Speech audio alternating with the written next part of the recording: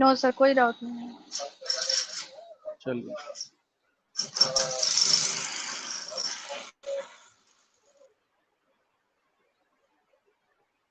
Modem का क्या काम होता है अवधेश?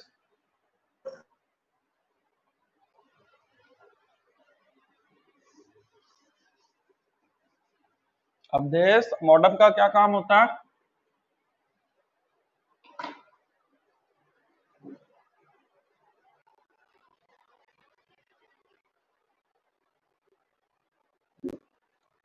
अंजलि आप बताइए, मॉडेम का क्या काम होता है?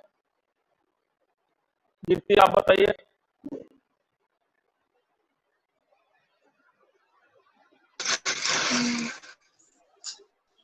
सर, जो हमारी मतलब बात हो फ्रेंच, अगर कोई फ्रेंच है तो उसको एनालॉग में कन्वर्ट करना। हमारे कंप्यूटर के डेटा को एनालॉग में कन्वर्ट करना, सो दैट कि ये जो है इंटरनेट पे ट्रेवल करने के लायक हो सके। जी सर। ठीक है। और साथ में इंटरनेट पे ट्रेवल किया हुआ डेटा जब हमारे पास आए तो वो कंप्यूटर की रीडेबल फॉर्म में हो सके, कंप्यूटर उसको समझ सके। ठीक है, ये मॉडेम का काम होता है। मॉडेम में जी दो काम होते हैं, एक मॉड्यूलेशन और एक डिमॉड्यूलेशन। मॉड्यूलेशन का मतलब है एनालॉग वो डिजिटल डेटा को एनालॉग डेटा में कन्वर्ट करना।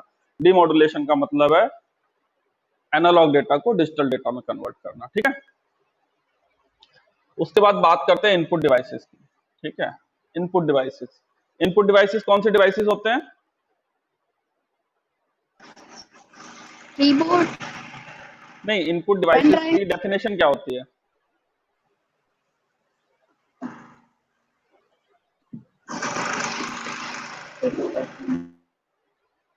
इनपुट डिवाइसेस की डेफिनेशन होती है जिन डिवाइसेस के माध्यम से हम डेटा को इनपुट करा सकें सिस्टम में, उसे कहते हैं इनपुट डिवाइसेस। ठीक है, input devices are the devices to use the input the data into the system is called input devices. ठीक है, इनपुट डिवाइसेस हमारे कौन कौन से हो सकते हैं? पहला सबको पता है ना,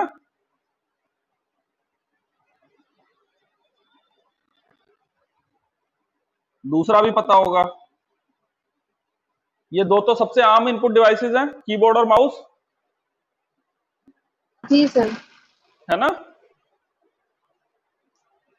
पहली बात तो सभी लोग अनम्यूट कीजिए। ठीक है, आंसर तुरंत आना चाहिए, म्यूट मत रखिए। अवधेश, अंजलि, कीर्ति, है ना, पता नहीं चलता है कि आंसर क्या आ रहा है, कितनी देर में आ रहा है।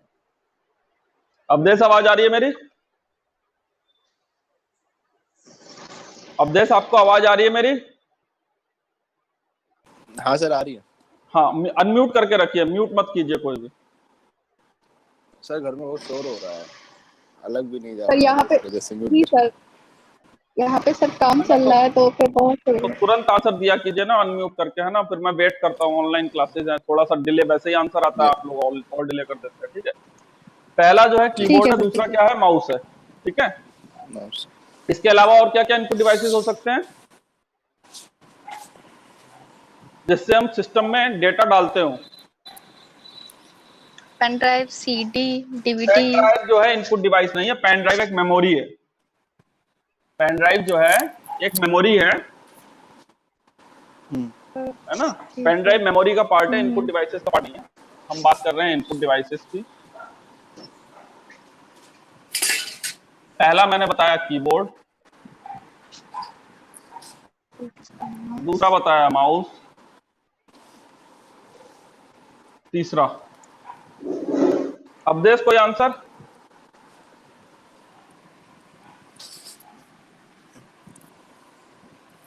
Sir hard disk. Sorry, hard disk.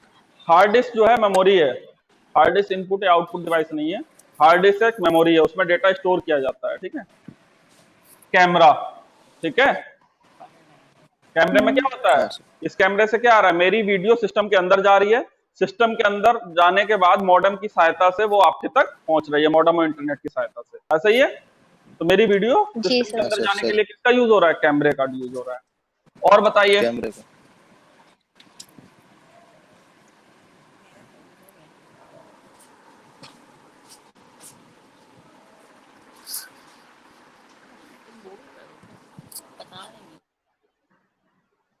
QR reader, QR code जानते हैं क्या होता है? क्यूआर कोड जी जानते सर। हैं क्या होता है? सर क्यूआर कोड जो दुकानों पे लगा होता है, स्कैन पेटीएम कर करिए, स्कैन कीजिए, गूगल पे कीजिए, फोन पे कीजिए, है ना। क्यूआर कोड पेटीएम की शॉप पे लगा होता है, यहाँ पे कुछ हाँ ऐसे वही ऐसे करके डेटा होता है ना। और आपका मोबाइल सर। उसको पेटीएम, जो पेटीएम आप ऑन करते हैं या फिर फोन पे ऑन करते हैं, गूगल पे ऑन करते हैं, उसको स्कैन करके पेमेंट कर देते हैं, होता है ऐसा। तो ये जो कोड होता है इसको क्यूआर कोड कहते हैं, क्यूआर कोड। हाँ ठीक है, जो इसको रीड करता है उसको कहते हैं क्यूआर रीडर। क्यूआर की फुल फॉर्म होती है, पता है किसी को?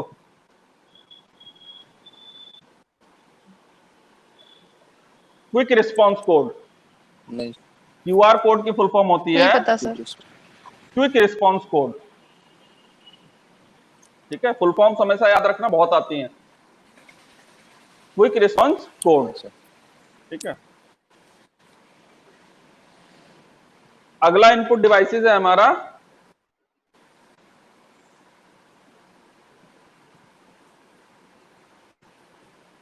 ओएमआर।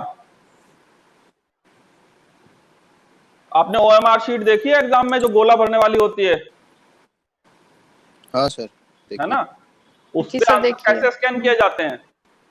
उसको डाला जाता है और जो आंसर आपका होता है वो उसको स्कैन कर लेता है, पहले का ए, दूसरे का सी, तीसरे का बी, इस तरीके से करके, है ना। तो ओएमआर रीडर होता है, ओएमआर रीडर। ओएमआर की फुल फॉर्म होती है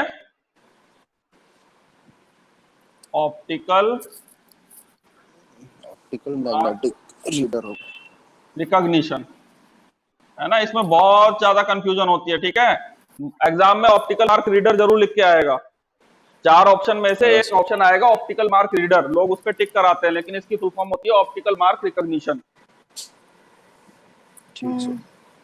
ठीक है, ऑप्टिकल मार्क जी सर। रिकॉग्निशन।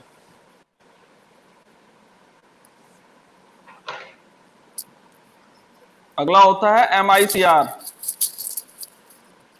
अगला होता है MICR। यार। ठीक है, इसकी फुल फॉर्म होती है मैग्नेटिक इंक कैरेक्टर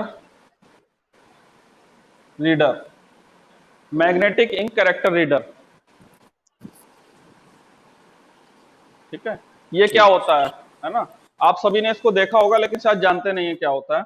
आपके आपके पास आपके घरों में बैंक अकाउंट होते हैं, है ना, उसकी चेकबुक देखी है? हाँ सर। जी सर। है ना, बैंक की चेकबुक कुछ ऐसी होती है। यहाँ पे डेट के लिए कॉलम होते हैं, यहाँ पे लिखा होता है पे, यहाँ पे 2 लाइन लिखी होती है कि किसको आप पैसा दे रहे हो, यहाँ पे लिखा होता है रुपीस, यहाँ पे कितना पैसा दे रहे हो, यहाँ पे रुपीस का एक कॉलम होता है, यहाँ पे साइन करने की जगह होती है, यहाँ पे 2 नंबर लिखे होते हैं, है ना। नीचे साइड में, लेफ्ट साइड में हाँ सर। बड़े बड़े नंबर लिखे होते हैं, 6 से 8 डिजिट्स के, है ना। उनकी जो लिखावट होती है वो ऐसी होती है, 2 ऐसे लिखा होगा, 1 ऐसे लिखा होगा, 8 ऐसे लिखा होगा, है ना। वो एक किसी भी बैंक अकाउंट को देखोगे, किसी भी बैंक की चेकबुक को देखोगे तो उनकी लिखावट जो है सारी एक जैसी मिलेगी आपको, और वो एक स्पेशल इंक से लिखे जाते हैं। उस इंक को पढ़ने के लिए मैग्नेटिक इंक कैरेक्टर रीडर का यूज किया जाता है, और उस कैरेक्टर को पढ़ने के लिए वो एक स्पेशल डिजाइन कैरेक्टर है जो स्पेशल टाइप की इंक से लिखे जाते हैं, उनको पढ़ने के लिए, रीड करने के लिए MICR का यूज किया जाता है। ठीक है, जी सर। Yes sir.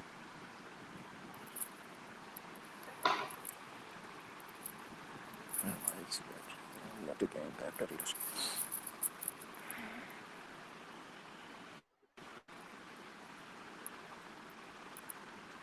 अगला इनपुट डिवाइसेस है टच पैनल।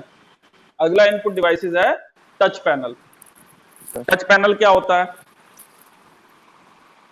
आपकी जो मोबाइल की स्क्रीन है वो आउटपुट डिवाइस है या इनपुट डिवाइस है?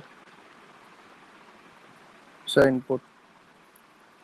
स्क्रीन हमेशा आउटपुट डिवाइस होती है, ठीक है। आउटपुट हाँ स्क्रीन सर। जो होती है, स्क्रीन में हमें आउटपुट दिख रहा होता है, लेकिन होता क्या है, जो मोबाइल की स्क्रीन होती है उसमें जो है स्क्रीन के साथ में उसके ऊपर एक टच पैनल लगा होता है। स्क्रीन भी होती है, स्क्रीन कम टच पैनल। तो वो टच पैनल जो होता है वो इनपुट का काम करता है, उसके अंदर एक स्क्रीन होती है वो आउटपुट का काम करती है, ठीक है। तो किसी भी चीज का टच पैनल हो, लैपटॉप भी आजकल टच स्क्रीन वाले आ गए हैं, कंप्यूटर भी टच स्क्रीन वाले आ गए, बड़ी बड़ी स्क्रीन के सुपर कंप्यूटर्स भी टच स्क्रीन वाले आ गए हैं, बड़ी बड़ी IBM जो इंटरनेशनल बिजनेस मशीन कंपनी है वो बड़े बड़े सिस्टम्स बनाती है, rocket launching system, super computers वगैरह बनाती है, वो भी टच पैनल वाले आ गए हैं।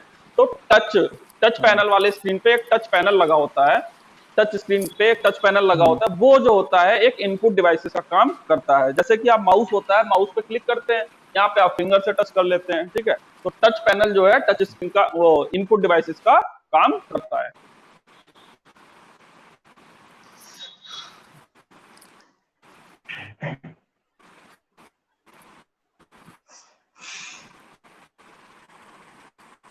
पेन टच आपने देखा होगा पुराने या आजकल भी जो सैमसंग के नोट वगैरह के जो मॉडल्स आ रहे हैं उसमें एक छोटी सी स्टिक आती है स्क्रीन पे काम करने के लिए, है ना। छोटी सी पेन जैसी स्टिक आती है ऐसी, स्क्रीन पे काम करने के लिए लगी होती है, ऐसे करके निकालिए और उसमें काम करना स्टार्ट कर देते हैं। फोन में सर, फोन में जो आती थी। हाँ, ठीक है। ऐसे ही स्क्रीन जो है आप कंप्यूटर्स के लिए भी आती हैं, ठीक है, कंप्यूटर में भी आती हैं ऐसी ही स्क्रीन। आप उनके थ्रू जो है या डिजिटल क्लासरूम्स वगैरह जो होते हैं, आपने देखा होगा यूट्यूब पे बहुत सारे डिजिटल क्लासरूम्स चलते हैं, ठीक है। उसमें क्या होता है, आप स्क्रीन से टच करते जाते हैं और आपका काम होता जाता है, ठीक है। तो वो पेन टच एक डिवाइस आता है, उसके माध्यम से होता है।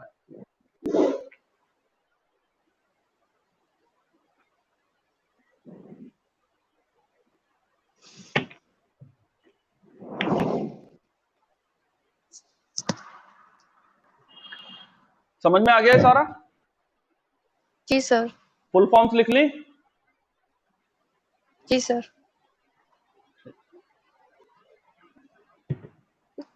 जैसे इनपुट डिवाइसेस हैं वैसे आउटपुट डिवाइसेस भी होते हैं। जैसे डेस्कटॉप कहते हैं, पूरे कंप्यूटर सिस्टम को डेस्कटॉप कहते हैं, ठीक है। तो डेस्कटॉप जो है आउटपुट डिवाइस नहीं होता, तो डेस्कटॉप कहते हैं पूरे कंप्यूटर सिस्टम को, ठीक है। सॉरी जी सर। इसको कहते हैं मॉनिटर सर। जो स्क्रीन पे आप जिस स्क्रीन पे आप कंप्यूटर का सारा डेटा देखते हैं उसको कहते हैं मॉनिटर। और इसको एक चीज और कहते हैं, इसको कहते हैं VDU पर विजुअल डिस्प्ले यूनिट। जी सर।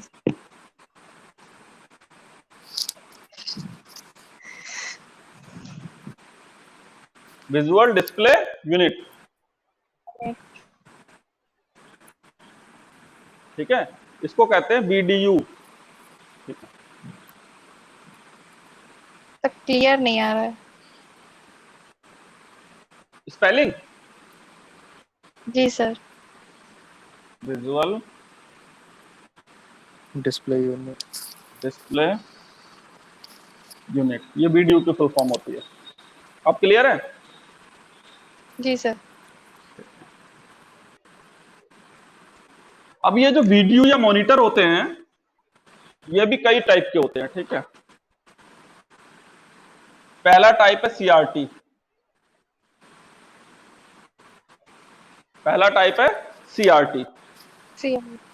ठीक है। CRT की फुल फॉर्म है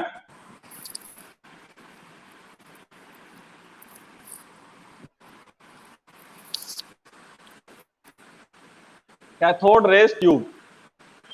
CRT की फुल फॉर्म है cathode rays tube.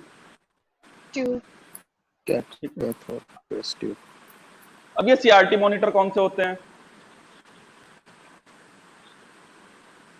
CRT monitor आपने पहले घरों में देखे होंगे, टीवी होते थे, वो साइज में इतने बड़े होते थे, वो उनकी जो डेप्थ होती थी, गहराई होती थी, वो भी काफी ज्यादा होती थी, देखें?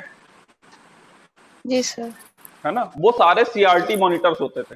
इसी टाइप के कंप्यूटर भी आते थे। जो ये स्क्रीन आजकल जो आपको पतली पतली LED टाइप की हैं, LED LCD, वो जो है पहले क्या होती थी, वो जैसे हमारे टीवी आते थे उसी टाइप की आती थी स्क्रीन, गहराई भी इतनी होती थी और चौड़ाई भी इतनी होती थी, ठीक है। तो उन टाइप के मॉनिटर को कहते थे CRT मॉनिटर। उसमें जो है कैथोड रेज का इवोल्यूशन होता था, इसलिए इनको कैथोड रेज ट्यूब के नाम से जाना जाता है। और वो जो थे आइस के लिए थोड़ा सा नुकसानदायक भी थे, क्योंकि उसका जो रेज एमिशन होता था वो जो है हमारी आंखों को कहीं ना कहीं नुकसान देता था। बहुत ज्यादा देर तक काम करने से हमारे आंखों का पानी भी सूख जाता था। बहुत बहुत सारी प्रॉब्लम्स थी उसमें। इलेक्ट्रिसिटी कंजप्शन बहुत ज्यादा था, है ना। इसके ड्रॉबैक में आता है, ड्रॉबैक में क्या क्या ड्रॉबैक है इसका। पहली बात तो इलेक्ट्रिसिटी कंजम्पशन ज्यादा था, ठीक है। हाई मेंटेनेंस कॉस्ट थी, इलेक्ट्रिसिटी कंजम्पशन ज्यादा था, हाई मेंटेनेंस कॉस्ट थी, नॉट सुटेबल फॉर आइस था, ठीक है। ये इसके ड्रॉबैक्स हैं। अगर पूछा जाता है क्या क्या Yes. ड्रॉबैक्स हैं तो आप लिख सकते हो इलेक्ट्रिसिटी कंजम्पशन ज्यादा था, मेंटेनेंस कॉस्ट ज्यादा थी, ड्यूरेबल नहीं था। ड्यूरेबल का मतलब क्या है कि आप जो है इसको बहुत ज्यादा, इसकी जो लाइफ होती थी बहुत ज्यादा नहीं होती थी। सीआरटी जो है कहीं ना कहीं खराब होने लगती थी, क्योंकि वो हीटअप होती थी बहुत ज्यादा, कैथोड रेज के बॉम्बार्डिंग से हीटअप होती थी, ठीक है। हीटिंग प्रॉब्लम आ जाती थी इसमें। दूसरा क्या था कि not suitable for eyes because the rays cathode rays emission it was not suitable for eyes. और एक चीज और थी इसमें, जैसे कि हाँ, पोर्टेबिलिटी की प्रॉब्लम थी। पोर्टेबिलिटी का मतलब क्या होता है, एक स्थान से दूसरे स्थान तक ले जाने में समस्या होना, ठीक है। क्योंकि कांच की स्क्रीन होती थी, भारी होता था, बड़ा होता था, तो पोर्टेबिलिटी की प्रॉब्लम। अब उतने बड़े टीवी को पहले आप बाइक पे ले जा सकते थे, नहीं ले जा सकते थे। आज आपका टीवी खराब हो जाए तो क्या है, आज आप उस पर बाइक पे रख के ले जा सकते हैं एलईडी एलसीडी को, ठीक है। तो पोर्टेबिलिटी की थोड़ी सी प्रॉब्लम थी। तो ये थी कैथोड रेज ट्यूब।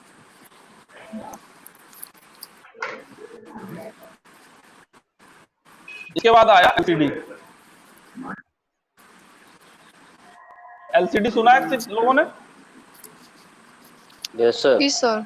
एलसीडी की फुल फॉर्म क्या होती है? हाँ सर। Liquid crystal display. हाँ, लिक्विड क्रिस्टल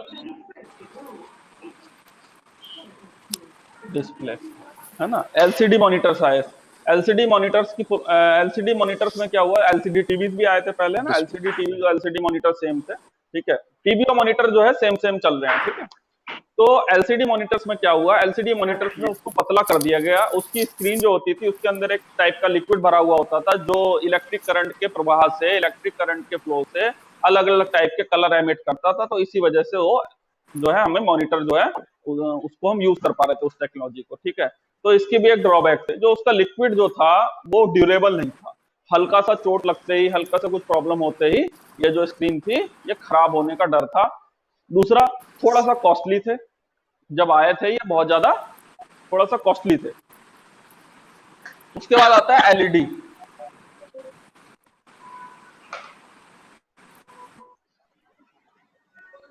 एलईडी की फुल फॉर्म पता है? Light emitting diode. एलईडी की फुल फॉर्म होती है लाइट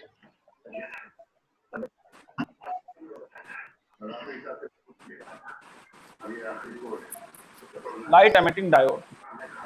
एलईडी क्या होती है? ये इसमें जो डायोड्स लगे होते हैं जो लाइट को एमिट करते हैं, लाइट को पैदा करते हैं, ठीक है। और जो डायोड होता है वो एक सेमीकंडक्टर डिवाइस होता है। Diode is a semiconductor device. जो साइंस के स्टूडेंट्स होंगे वो जानते होंगे, सेमीकंडक्टर डिवाइस को 11th 12th में पढ़ाया जाता है। Diode is a semiconductor device. Light emitting diode is a semiconductor device which emit the lights when it passes through the current, ठीक है। जब करंट जो है पास किया जाता है तो इसमें जो लाइट एमिट होती है वही जो डिफरेंट डिफरेंट फ्रीक्वेंसी की लाइट एमिट होती है, उसी से हमको स्क्रीन पे दिखता है, ठीक है। तो that technology was called LED. उसके बाद आया टीएफटी। एक्चुअली एलसीडी और टीएफटी एक साथ आए थे, लेकिन एलईडी थोड़ा सा बाद में आया है।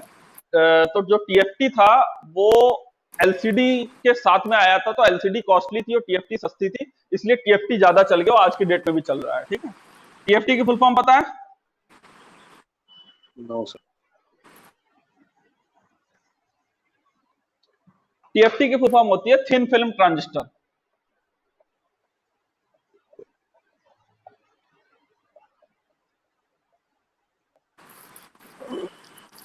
टीएफटी की फुल फॉर्म होती है thin film transistor. Again, transistor क्या होता है? Transistor is a semiconductor device which has 3 panels. इसमें एक बेस होता है, एक एमीटर होता है, एक कलेक्टर होता है, ठीक है। Which has 3 panels. Transistor is a semiconductor device which has 3 panels named as a base, collector and emitter, ठीक है। Base collector and emitter. तो थिन फिल्म ट्रांजिस्टर एक फिल्म होती है। फिल्म का काम क्या होता है? फिल्म का काम होता है पिक्चर को दिखाना। फिल्म का काम क्या होता है? स्क्रीन पे पिक्चर को, जो भी पिक्चर है उसको दिखाना। तो एक वो ट्रांजिस्टर की बहुत पतली सी फिल्म होती है, ट्रांजिस्टर्स उसमें बहुत सारे लगे होते हैं, उसकी बहुत पतली सी फिल्म होती है, तो थिन फिल्म ट्रांजिस्टर इसको बोला जाता है। ठीक,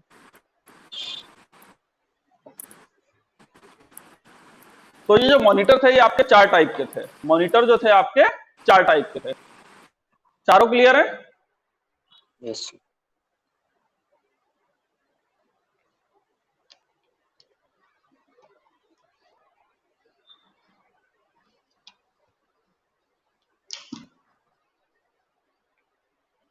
नोट कर लिया सभी ने?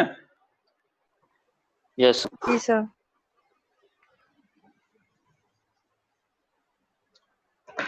आउटपुट डिवाइस और क्या हो सकता है?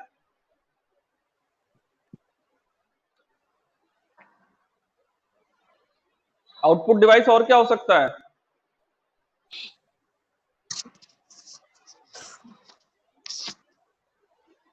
प्रिंट। यस, प्रिंटर हो सकता है। हेडफोन्स हाँ, उसको कहेंगे स्पीकर।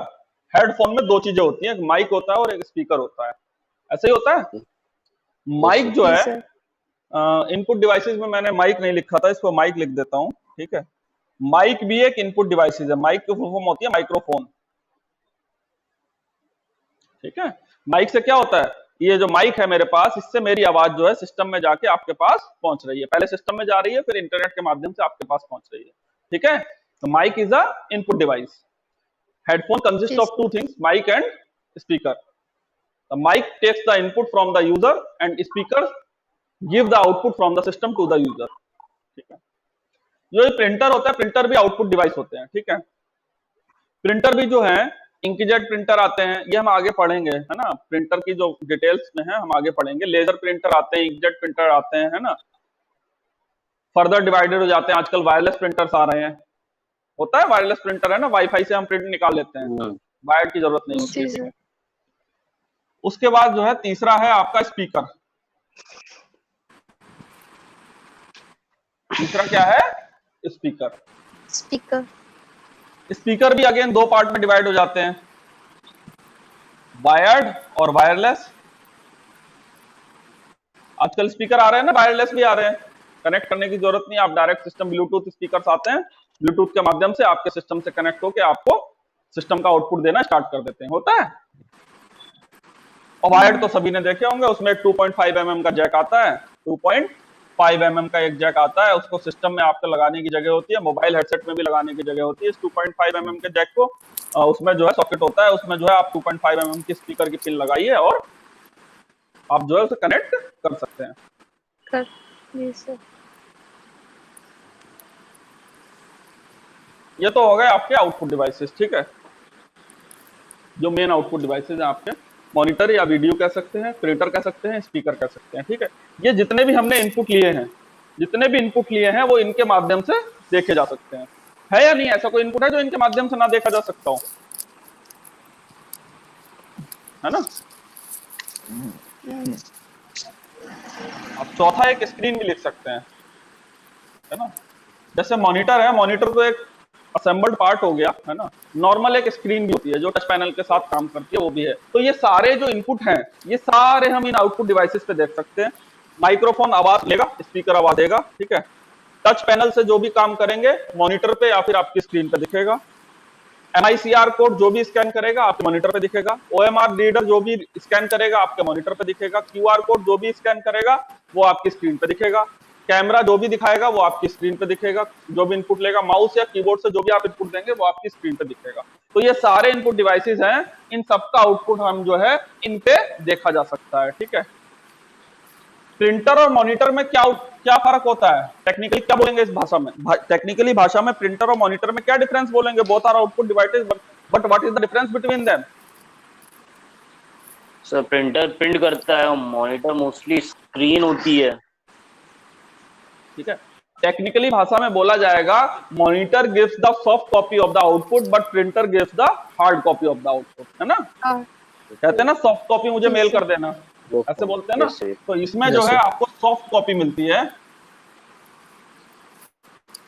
और इसमें आपको हार्ड कॉपी मिलती है। Printer gives the hard copy of the output.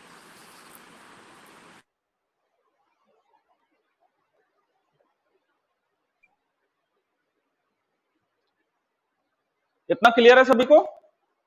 Yes sir. चलिए,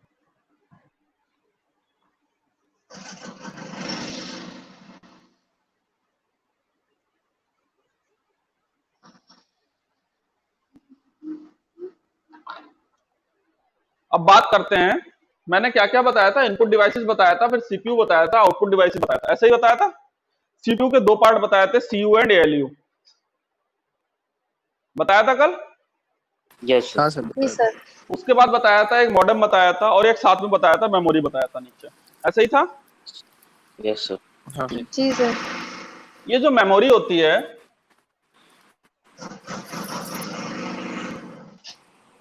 मैंने इसको दो पार्ट में बताया था, एक प्राइमरी मेमोरी, सेकेंडरी।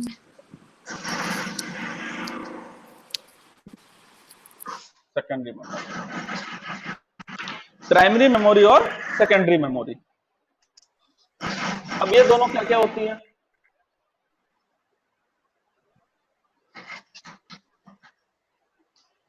होता क्या सेकेंडरी है? मेमोरी में डेटा सेव होता है। हाँ, कल बताया था मैंने, इनमें बेसिक डिफरेंस आराम से बताया था, एक लाइन का बेसिक डिफरेंस बताया था कि सेकेंडरी मेमोरी डेटा सेव करने के लिए यूज की जाती है, प्राइमरी मेमोरी डेटा पे काम करने के लिए यूज की जाती है। ठीक है। सेकेंडरी जी sir. Memory is used for the save the data, but instead of that primary memory is used to work on the data. आप डेटा पे काम कर रहे हैं तो प्राइमरी मेमोरी में काम हो रहा है, और डेटा को सेव कर रहे हैं तो सेकेंडरी मेमोरी में काम हो रहा है। दूसरी बात, सेकेंडरी में। नाम प्राइमरी और सेकेंडरी कैसे पढ़ा? प्राइमरी स्कूल और सेकेंडरी स्कूल सुने हैं? जी सर। है ना? उनको प्राइमरी और सेकेंडरी क्यों बोला जाता है? प्राइमरी मतलब पहले काम हो रहा है, सेकेंडरी मतलब सेकंड नंबर पे बाद में काम हो रहा है। आ रही मेरी बात समझ में? जी यस।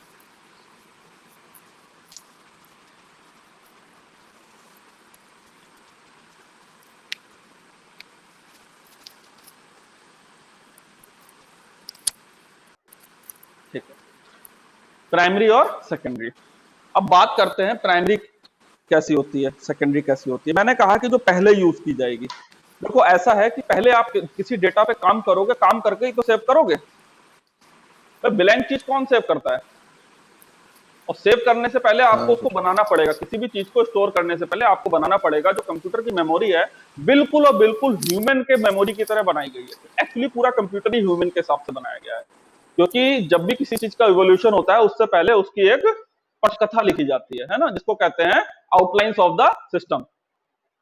आप किसी भी घर को बनाते हैं तो क्या करते हैं? सबसे पहले उसका मैप डिजाइन करते हैं, आउटलाइन डिजाइन करते हैं, ऐसे ही है।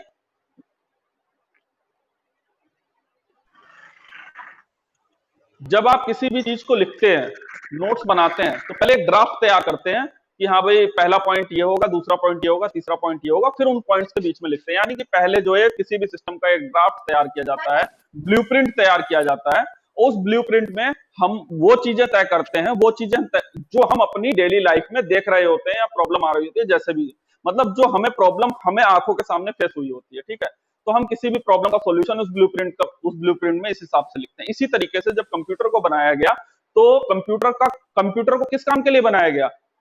कंप्यूटर को उस काम के लिए बनाया गया जिस काम को इंसान को करने में समय लग रहा था। ऐसा ही है? हाँ सर। आवाज आ रही है मेरी? हाँ यस सर, आ सर। रही है। सर आ रही है। तो मशीन को, किसी भी मशीन को इसलिए बनाया जाता है, machine is to be evoluted to help the human beings. ऐसे ही होता है। हाँ यस। सर। इंसान को सहायता करने के लिए, इंसान के काम में सहायता करने के लिए किसी भी मशीन को डिजाइन किया जाता है। तो इंसान की सहायता कौन कर सकता है? वही कर सकता है जो इंसान जैसा काम करे, है ना? इसी तरीके से यस सर। कंप्यूटर को इसी तरीके से डिजाइन किया गया। अच्छा, पहला कंप्यूटर कब बना था, पता है कुछ? 1867। 1946 में पहला कंप्यूटर मार्केट में आया था। The father of the computer is Charles Babbage, है ना। बेबेज 1946 में सबसे पहले आया था। कई बुक्स में आपको 1940s मिलेगा, गूगल पे भी मिल सकता है, कॉन्ट्राडिक्शन होता है। लेकिन जो ऑथेंटिकेटेड बुक्स हैं, जो आपके सिलेबस की जो ऑथेंटिकेटेड बीपीपी पब्लिकेशंस की बुक्स लगाई गई हैं, या फिर जो भी बहुत सारी ऑथेंटिकेटेड बुक्स है ना, वैसे तो नॉर्मल लोकल बुक्स भी बहुत सारी है मार्केट में, लेकिन जितनी भी ऑथेंटिकेटेड बुक्स है 1946 लिखा हुआ है, तो आप 1946 ही याद रखेंगे। 1946 में पहला कंप्यूटर आया था, चार्ल्स बेबेज ने बनाया था, ठीक है। उसे ये सिर्फ कंप्यूटर बनाया था उन्होंने, ठीक है। मैं ये नहीं कह रहा हूँ कि उन्होंने मॉनिटर भी बनाया था, उन्होंने कीबोर्ड भी बनाया था, उन्होंने माउस भी बनाया था, ऐसा नहीं है, ठीक है। तो सबसे पहले कंप्यूटर आया था तब माउस नहीं बना था, माउस बाद में बना है। माउस कब बना है?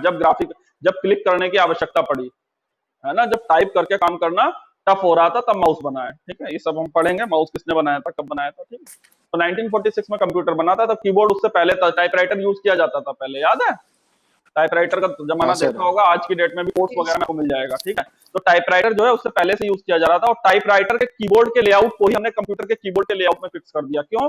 क्योंकि अगर कुछ नया लेआउट लाते तो लोगों को दिक्कत परेशानी होती कीबोर्ड से कंप्यूटर में, वो सॉरी, टाइपराइटर से कंप्यूटर पे शिफ्ट होने के लिए। तो उन्होंने क्या किया, जो जिसने भी जब भी कीबोर्ड बनाया गया तो उन्होंने क्या किया, जो टाइपराइटर का लेआउट था उसी को यहाँ पे कंप्यूटर के कीबोर्ड के लेआउट पे रखा गया, ठीक है। तो ये कीबोर्ड वगैरह सब बन चुका था, कंप्यूटर बना था बस, ठीक है। 1946 में 1946 में जब पहला कंप्यूटर बना था, तब उसको किस तरीके से डिजाइन किया होगा कि ह्यूमन की सहायता कर सके, तो उसने सोचा ह्यूमन की तरीके से काम करे। जैसे हम कोई चीज देखते हैं, आप जैसे कि मैं आपको पढ़ा रहा हूं, ठीक है, क्या आप जो मैंने 1 घंटे में पढ़ाया है, आप डिक्टो 1 घंटे तक बोल सकते हैं? नहीं। नहीं बोल सकते, है ना।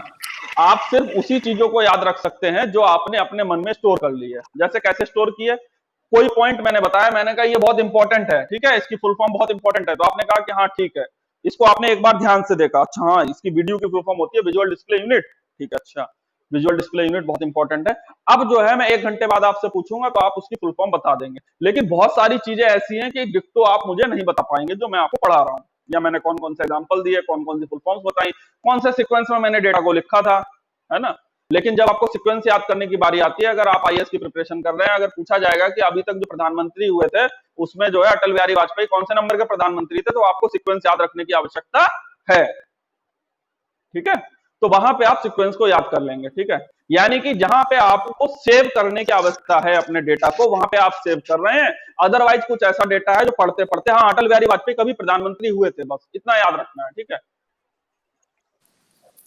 तो जो डेटा आप सामने जिसपे वर्क कर रहे हैं, तो उसमें से कुछ डेटा ऐसा होता है जिसमें आपको सेव करने की आवश्यकता होती है, कुछ ऐसा होता है कि रीड आउट करते हुए चल रहे हैं और बस। जैसे कि रास्ते में जब आप चलते हैं तो आपको बहुत सारी कार दिखती हैं, बहुत सारे बाइक दिखते हैं, बहुत सारे स्कूटर्स दिखते हैं, लेकिन क्या आप ये बता सकते हैं कि आप जब आ रहे थे तो काले रंग की कार जो है कितनी गुजरी थी आपके सामने से?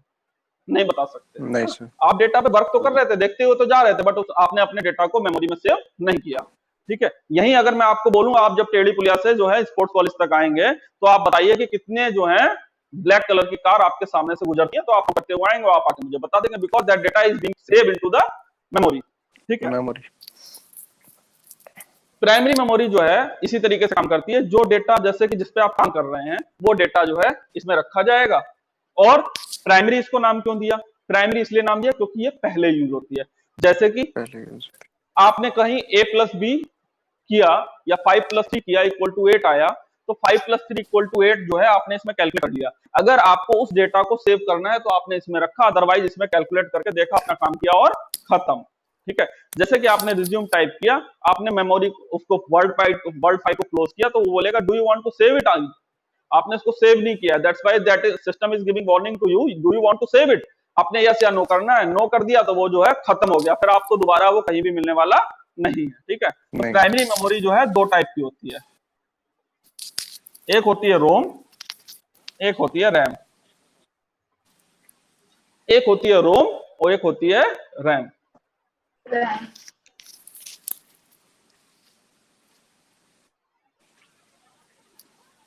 अब रोम और रैम क्या होती है? रोम की फुल फॉर्म होती है रीड ओनली मेमोरी, पता है लोगों को? Yes sir. है ना। रोम की फुल फॉर्म होती है रीड ओनली मेमोरी।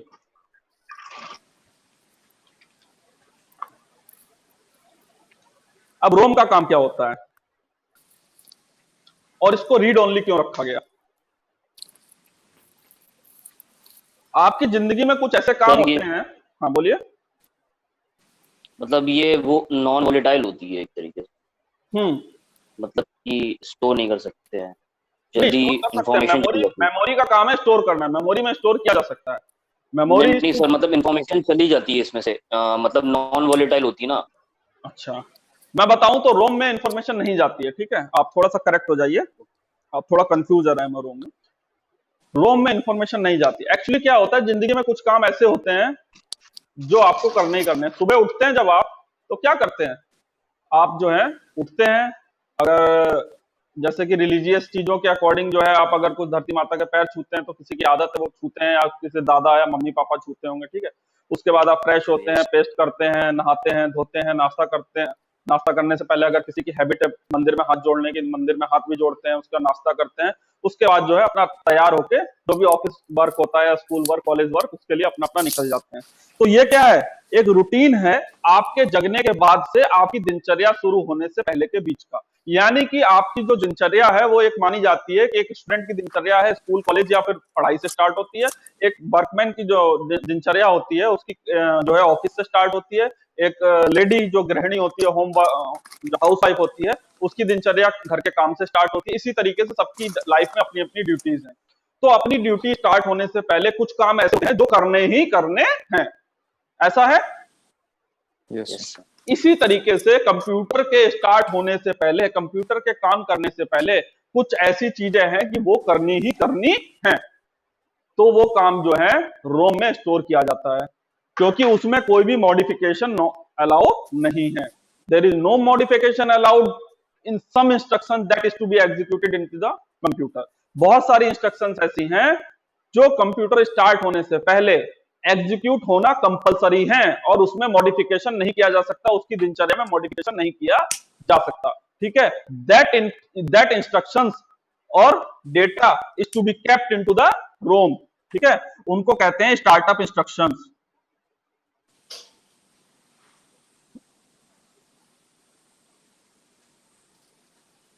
ठीक है। Yes startup instructions, ROM stores the startup instructions. अब ये स्टार्टअप इंस्ट्रक्शंस क्या होती हैं, इनका कंप्यूटर में क्या काम होता है। होता क्या है, जब भी कंप्यूटर स्टार्ट होता है तो आपने देखा होगा एक लोगो बन के आता है। जिस कंप्यूटर पे आप काम कर रहे हैं, डेल होगा तो डेल का लोगो बन के आएगा, अगर आपका एलजी का होगा तो एलजी का लोगो बन के आएगा, लेनोवो का होगा तो लेनोवो का लोगो बन के आएगा। जस्ट राइट अ मोबाइल, है ना, जब आप मोबाइल ऑन करते हैं सैमसंग का एस बन के आता है, एमआई का नीचे एमआई लिख के आता है, नोकिया का जो है नोकिया लिख के आता है। ऐसा होता है, एक स्पेशल टाइप की रिंगटोन बजती है जब आप मोबाइल ऑन करते हैं ना, एमआई में अलग बजेगी, सैमसंग में अलग बजेगी, नोकिया में अलग बजती है, होता है ऐसा, हाँ सर। यस। है ना। आपके मोबाइल पे काम करने से पहले, मोबाइल को ऑन करते वक्त जो प्रोसेस चल रहे होते हैं वो सारे स्टोर किए जाते हैं रोम में, ठीक है। वो सारे स्टोर किए जाते हैं रोम में, ठीक है। ऐसे ही कंप्यूटर स्टार्ट होता है तो सबसे पहले किसी कंपनी का लोगो बन के आता है। साथ में मैंने कहा था कि दो कंपनी जो है प्रोसेसर बनाती है कंप्यूटर का, इंटेल और एएमडी, दो बताई थी मैंने। उनका भी नाम लिख के आएगा कहीं ना कहीं कि इसमें कौन सा प्रोसेसर लगा हुआ है। Intel dual core 296 E7500 N2600, ऐसे करके उनके वर्जन लिखे हुए होते हैं। और उसके बाद जो है नीचे आते हैं, और आपका कीबोर्ड, अगर का कीबोर्ड का तार अगर निकला हुआ है, मान लिया सिस्टम से कीबोर्ड का तार निकला हुआ है, then the computer will give a warning the keyboard is not connected, do you want to continue, press F1 to continue. ऐसा आता है, अगर कभी देखा हो, कभी एरर आती है कि कीबोर्ड कनेक्ट नहीं है या कोई भी एरर आ जाएगी, प्रेस F1 टू कंटिन्यू, इस तरीके से लिख के आता है, ठीक है। होता क्या है, जब कंप्यूटर स्टार्ट होता है तो at that time the computer will check the all the necessary things are with the system और नॉट, ठीक है। रोम में ये चेक की जाती है कि क्या इसमें रैम लगी हुई है, क्या इसमें कीबोर्ड लगा हुआ है, क्या इसमें माउस लगा हुआ है। रैम नहीं लगी होगी तो एक ब्लू स्क्रीन करके एक एरर दे देगा, है ना, कुछ भी नहीं आएगा उसमें, ब्लू स्क्रीन करके आ जाएगा, एक बीप साउंड आने लगेगा, that sound gives the error when the RAM is not connected, ठीक है। और इसके अलावा क्या है, आपको अगर कीबोर्ड कनेक्ट नहीं होगा तो कहेगा सिस्टम तो चला दूंगा मैं, लेकिन आपका कीबोर्ड कनेक्ट नहीं है, क्या आप बिना कीबोर्ड के काम कर सकते हैं सिस्टम पे, मैं चला देता हूँ, ठीक है, आपका माउस कनेक्ट नहीं है, आप काम कर सकते हैं तो मैं चला देता हूँ। ठीक है, आपका जो है सीपीयू का फैन नहीं चल रहा है, आप चलाना चाहते हैं, मैंने क्या कहा था, सीपीयू पे एक हीट सिंक लगी होती है, उसकी गर्मी को एब्जॉर्ब करने के लिए उसके ऊपर एक फैन लगा होता है उसको ठंडा करने के लिए। ठीक है, सीपीयू का फैन नहीं चल रहा होगा तब भी वो सिस्टम चला देगा, but that time the computer will give a warning that the CPU fan is not working, do you want to continue. ठीक है, कंटिन्यू करना चाहते हैं तो वो मैं चला देता हूँ, लेकिन थोड़ी देर में क्या होगा, आपका सीपीयू खराब हो जाएगा। तो वो जो है रैम जो रोम में है वो भी इंस्ट्रक्शन डाली गई, चेक कीजिए क्या सीपीयू का फैन चल रहा है। ठीक है, रोम में इंस्ट्रक्शन डाली गई, चेक कीजिए कीबोर्ड कनेक्ट है, माउस कनेक्ट है। ठीक है, तो ऑल नेसेसरी कनेक्ट होंगी। मॉडर्न के लिए वार्निंग नहीं देगा, because modern is not a necessary thing, you can work a lot without a modern, but is only to do the work on the internet, not computer. ठीक है, modern का काम काम करने यूज किया जाता है, कंप्यूटर पे काम करने के लिए मॉडर्न का यूज नहीं किया जाता है। जैसे कि मोबाइल जब आप ऑन करते हैं, अगर सिम नहीं डाला होगा तो वो वार्निंग दे देगा, बिकॉज मोबाइल का काम किससे है, सिम से है ना, तो कहेगा there is no SIM in the slot, do you want to continue, आपने उसे कंटिन्यू कर दिया। इसी तरीके से इसमें स्टार्टअप इंस्ट्रक्शंस जो हैं रोम में डाली जाती हैं, रोम में सारी स्टार्टअप इंस्ट्रक्शंस होंगी। उसके बाद जब सारी करेंगी तब वो, अगर आपके सिस्टम में एक से ज्यादा ऑपरेटिंग सिस्टम पड़ा हुआ है, जैसे आपके मोबाइल में एंड्रॉइड पड़ा होता है, ऐसे कंप्यूटर में विंडोज ऑपरेटिंग सिस्टम पड़ा होता है, लेकिन विंडोज के साथ में कंप्यूटर के बहुत सारे ऑपरेटिंग सिस्टम आते हैं जो पैरेलली आप रन कर सकते हैं, जैसे लाइनक्स आता है, उबुंटू आता है, काली लाइनक्स आता है, विंडोज आता है, विंडोज में भी वर्जन आते हैं, विंडोज 7 भी डाल सकते हैं। अगर आपने जहां एक से ज्यादा ऑपरेटिंग सिस्टम डाले हुए हैं वहीं पे कंप्यूटर आप समझेगा आप इसमें से कौन सा वाला चलाना चाहते हैं। ठीक है, तो क्या होता है, कंप्यूटर जो है आपका स्विच नहीं लगा हुआ है वो डायरेक्ट हो जाता है, जब डायरेक्ट बन जाता है तो क्या होता है, कंप्यूटर जैसे ही डायरेक्ट बंद होगा वैसे ही कंप्यूटर जब दोबारा रीस्टार्ट करेंगे तो आपसे कहेगा कि लास्ट टाइम पे जो आपका कंप्यूटर है वो शटडाउन प्रॉपर्ली नहीं किया गया था, क्या आप इसे नॉर्मली चलाना चाहते हैं या फिर सेफ मोड में चलाना चाहते हैं। ठीक है, तो ये सारे इंस्ट्रक्शंस किसमें लिखी होती हैं, रोम लिखी होती हैं। All the startup instructions that is to be executed before load the operating system are held in the ROM. ठीक है, समझ रहे हैं? Yes sir. ठीक है, तो ये रोम में हम स्टार्टअप इंस्ट्रक्शंस लिखते हैं, और रैम के बारे में जो है हम कल क्लास करेंगे। मैंने पहले बोला था कि आज जो है क्लास थोड़ा सा हम लोग जल्दी रखें, आप लोग थोड़ा सा लेट भी ज्वाइन किया है ना, मैं काफी देर से वेट कर रहा था। Okay sir. ठीक है, तो कल की क्लास ऑलमोस्ट टाइमिंग जो है सेम रहेगी। अगर मेरा आज का काम पूरा नहीं होता है किसी वजह से तो ग्रुप पे अपडेट कर दूंगा मैं, अदरवाइज क्लास की जो टाइमिंग रहेगी वो कल वाली जो है सेम रहेगी।